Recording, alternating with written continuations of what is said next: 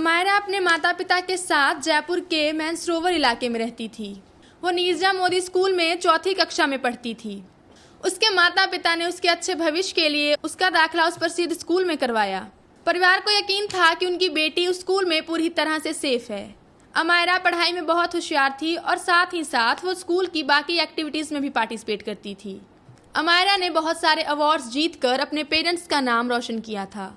उसकी मां शिवानी के अनुसार अमायरा को ऊंचाई से बहुत ज़्यादा डर लगता था। वो 2 फुट ऊंचे बेंच पे खड़े होने से भी डरती थी। इसलिए उसके माता पिता के लिए ये मानना बहुत मुश्किल है कि अमायरा ने अपनी मर्जी से चौथी मंजिल पर जाकर अपनी जान दे दी।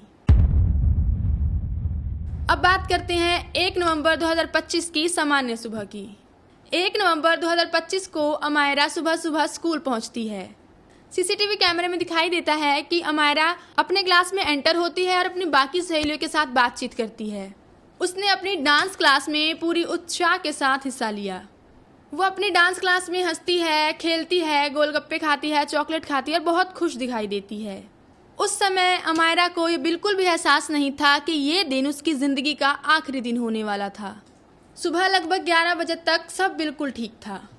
उस समय किसी को भी ये अंदाज़ा नहीं था कि वो नन्ही सी बच्ची जो उनके साथ हंस खेल रही है वो थोड़ी देर बाद इस दुनिया में उनके बीच नहीं रहेगी। सुबह लगभग 11 बजे कुछ स्टूडेंट्स क्लास में डिजिटल स्लेट लेकर आए।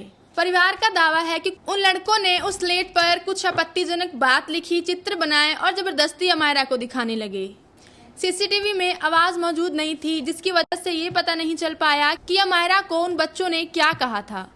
लेकिन सीसीटीवी में ये साफ पता चल रहा है कि उस घटना के बाद अमायरा का बिहेवियर पूरी तरह से बदल गया। कुछ समय पहले जो बच्ची हंस खेल रही थी वो अब घबराई और बेचैन दिखने लगी। वो अपनी सीट पर शांत होकर नहीं बैठ पा रही थी और बार बार अपने टीचर की तरफ देख रही थी। सीसीटीवी में अमायरा अपनी टीचर पुनीता शर्मा के पास बहुत बार जाती हुई दिखाई दी। अमायरा 25 मिनट में कम से कम 5 बार अपनी टीचर के पास गई अपनी सीट से उठकर। सीसीटीवी में ये भी दिखाया गया कि अमायरा अपनी टीचर के सामने हाथ जोड़कर खड़ी है।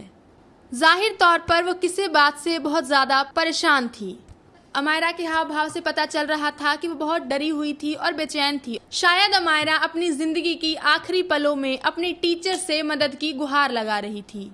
जब भी अमायरा अपने टीचर को अपनी बात बताने की कोशिश करती थी तो दूसरे बच्चे उसके आसपास आकर इकट्ठा हो जाते थे। अमायरा की टीचर ने एक बार भी अमायरा को अलग बिठाकर उसकी बात समझने की कोशिश नहीं की, बल्कि उसे वापस अपनी सीट पर जाने के लिए कह दिया। ये वो पहला मौका था जब शायद अमायरा की टीचर की वजह से उसकी जान बच सकती थी।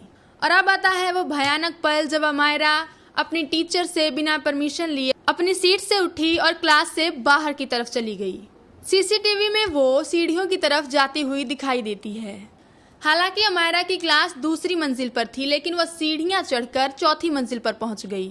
इस दौरान किसी भी टीचर ने अमायरा को ऊपर जाने से नहीं रोका। बहुत सारे कर्मचारी थे, उन्होंने भी अमायरा को ऊपर जाते हुए देखा, लेकिन कुछ भी नहीं किया।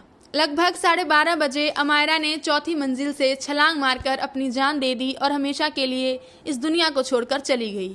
इसके लगभग 4 मिनट बाद स्कूल का एक कर्मचारी अमायरा के क्लास में जाता है और वहां पर बैठी उन दोनों टीचर्स को इस पूरी घटना की सूचना देता है। लेकिन ये सारी घटना सुनने के बावजूद दोनों टीचर्स लगभग 15 मिनट तक अपनी क्लास में बैठी रहीं और बाकी बच्चों की नोटबुक चेक करती रहीं।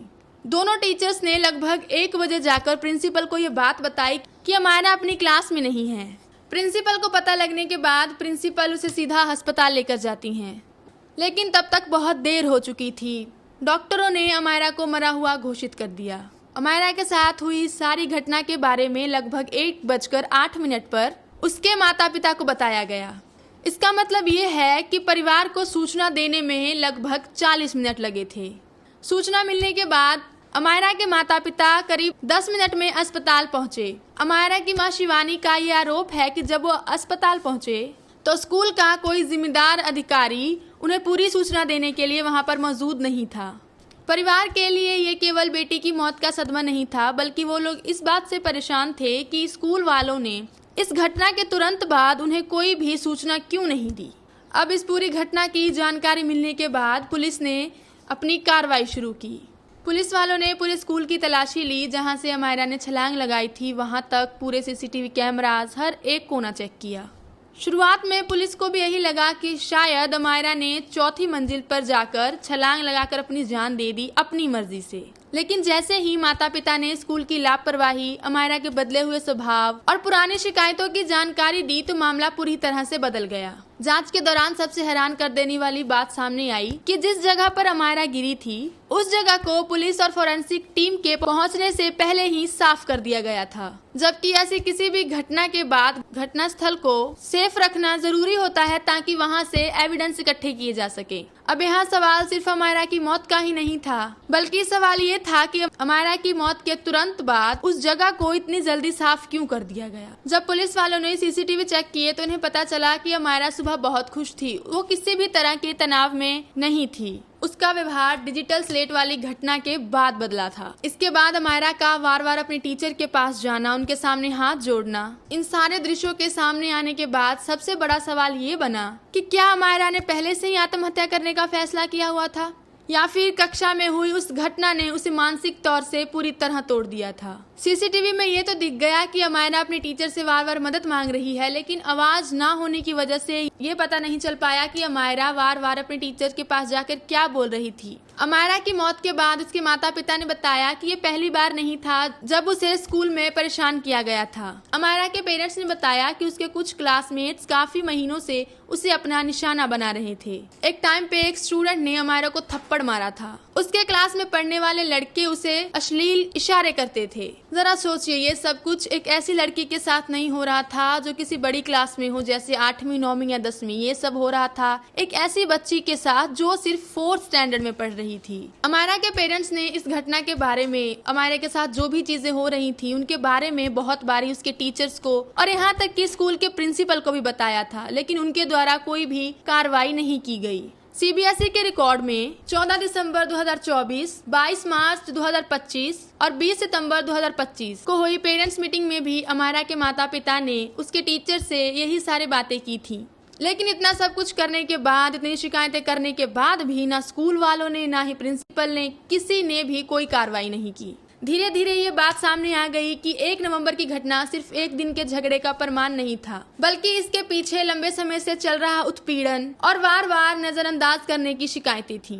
अमायरा के पेरेंट्स ने बताया कि सितंबर में जो पेरेंट्स मीटिंग हुई थी उस टाइम पर विजय मीना यानी अमायरा के पिता ने खुद एक लड़के को अमायरा की तरफ अश्लील इशारा करते हुए देखा था। जब ये सारी बात, ये सारा मामला पुनीता शर्मा के सामने रखा गया तो उन्होंने ये कहा कि ये गर्ल्स और बॉयज का स्कूल है तो अमायरा को उन परिस्थितियों के साथ ढलना सीखना पड़ेगा। तो क्या हम इसका मतलब ये समझे कि गर्ल्स और बॉयज वाले स्कूल्स में, मतलब कोएड स्कूल्स में, ये सारी चीजें अमायरा के टीचर पुनीता शर्मा ने उन लड़कों को रोकने की बजाय, उन्हें सुधारने की बजाय अमायरा को ही परिस्थितियों के साथ ढलने की सलाह दी और उनकी इसी लापरवाही की वजह से 1 नवंबर को अमायरा इस दुनिया को छोड़कर चली गई, क्योंकि शायद उसे सुनने समझने वाला कोई नहीं था। ऐसे टीचर्स जो अपनी बच्चों की हालातों को ना समझ सके, वो हमारे समाज के लिए आज एक धब्बा साबित हो रहे हैं। स्कूल एक ऐसी जगह होता है जहाँ पर हम अपने बच्चों को अच्छे भविष्य के लिए, अच्छे मैनर सीखने के लिए भेजते हैं, ताकि आगे चलकर वो एक अच्छे इंसान साबित हो सके और हमारी जनरेशन का फ्यूचर ब्राइट कर सके। लेकिन ऐसे स्कूल्स, ऐसे टीचर्स जिनकी सोच इतनी घटिया और इतनी गंदी हो, क्या वो हमारे बच्चों को सही रास्ते पर ले जा सकेंगे? शायद यही कारण है कि आज के टाइम में भी हमारी दुनिया में क्राइम कम नहीं हो रहे हैं, क्योंकि शायद उन्हें स्कूल में अच्छी शिक्षा और बेहतर इंसान बनना सिखाया ही नहीं जाता। सीबीएसई ने जांच की और उनकी जांच में ये सामने आया कि स्कूल में बच्चों की गतिविधियों पर बिल्कुल भी निगरानी नहीं रखी जाती।